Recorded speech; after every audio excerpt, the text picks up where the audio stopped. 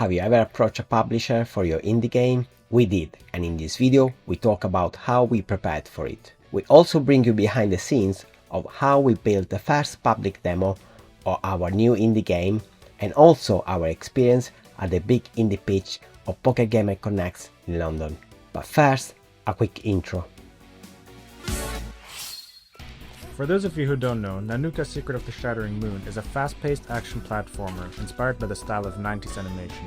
It has cool and lighthearted vibes and a super fun gameplay with lots of fights and quirky moments. The game is entirely hand-drawn and hand-animated in pixel art. If you like what you see, head to our page on Steam and wishlist the game to be notified when it's out. Later this year. With the combat and platforming now finalized, it was time to get the first demo of Nanuka ready. This was an exclusive demo for people attending the Debug Indie Game Awards in Nottingham.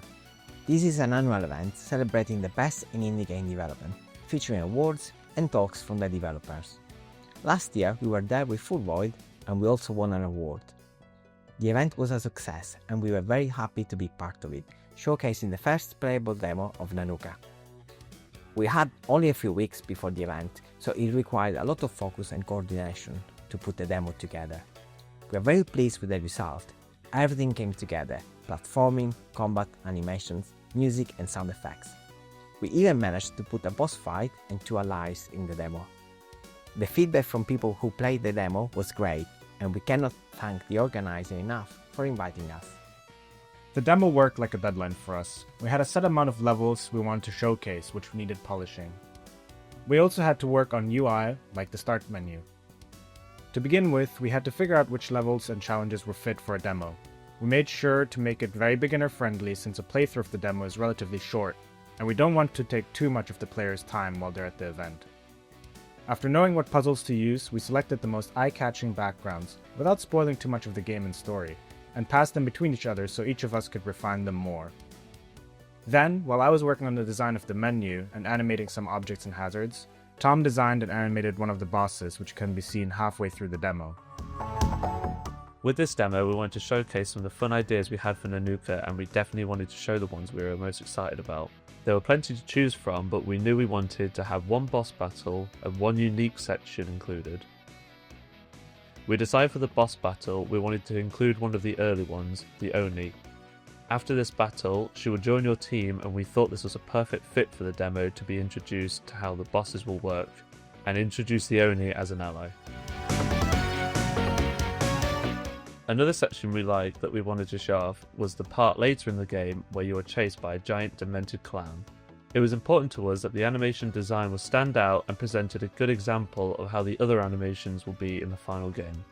This monster was heavily inspired by the rubber hose style of animation. I especially took heavy inspiration from the early Fleischer cartoons, specifically Coco the Clown. I liked how creepy but fun the cartoons were back then, so I wanted this monster to fit the same feeling. Creepy, but also fun. We only needed 2 animations for the demo, the chasing and the death animation if Nanuka gets caught. The chasing was a nice mix of unsettling and light-hearted, but I wanted the death animation to be a little bit more on the disturbing side. I went for something on the uncanny side as I thought it fit his design. I had a few ideas for the death animation, but the one that stood out was this idea that when he eats Nanuka, he kind of jerks his head in an unnatural way to look directly at you, as if to see your reaction to him eating Nanuka. This character worked quite nicely as an unsettling fourth wall breaking monster, and we plan to have more fun with this idea in his own level. During the Debug Indie Game Awards and Big Indie Pitch, we've been approached by some publishers.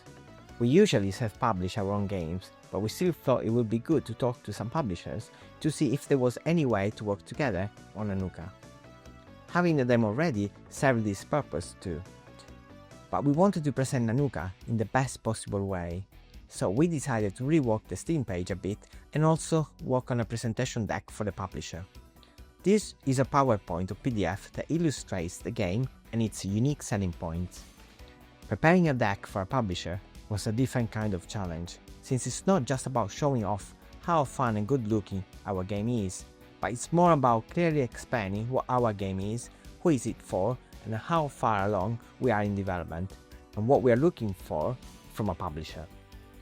Since we had no experience in approaching a publisher this way, We asked some friends in the industry to review our deck and suggest adjustments.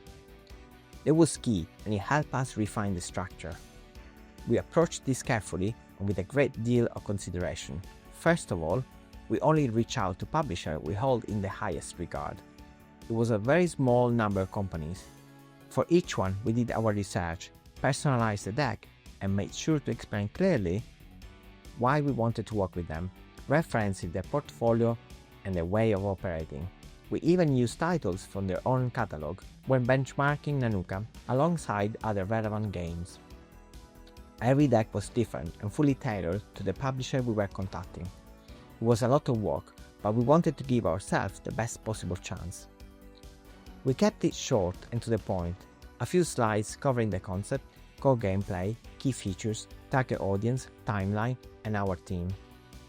We also included some of our own art to make it more engaging, and also to show that we take pride on handcrafting every single aspect of the game.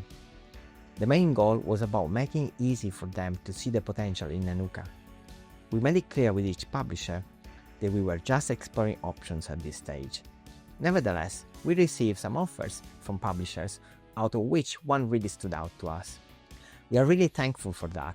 However, in the end, we decided to self-publish Nanuka. We are planning something cool for the future, and self-publishing gives us the flexibility of adjusting our own roadmap at this stage.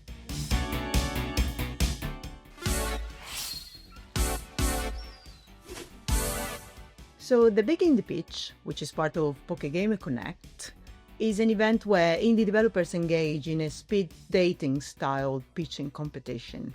You enter this room with other 4 developer competitors where there are 5 tables with 2-3 judges on each table. Judges are people from the industry. They could be senior developers, journalists, or publishers. You sit at one of the tables and pitch your game.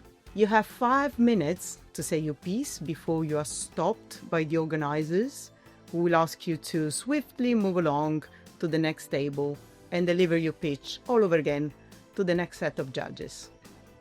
In the meantime, the other developers are doing the same, so you do have to strive to keep your focus while a lot is going on around you. In the end, we landed at 3rd place, which is a great success if you consider that the game is still in development and we had contenders from all over the world.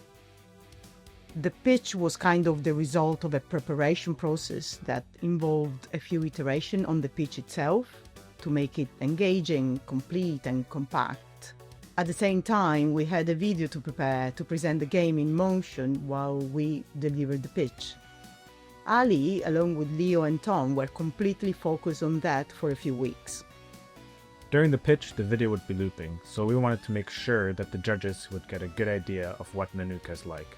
Up until that point, most levels had placeholder graphics except for level 1, so we picked the ideal screens to display various mechanics and cool art. Gameplay-wise, we wanted to show platforming, combat, and the fact that we have cool big bosses.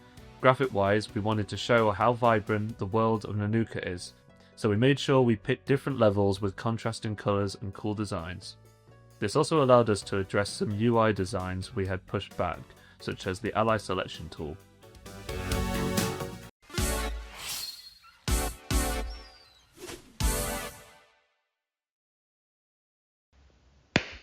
Some of the fun ideas we have where you're chased by a giant demented clown. Should I say that was it? Is that demented? Yeah. The Oni. Cut that out.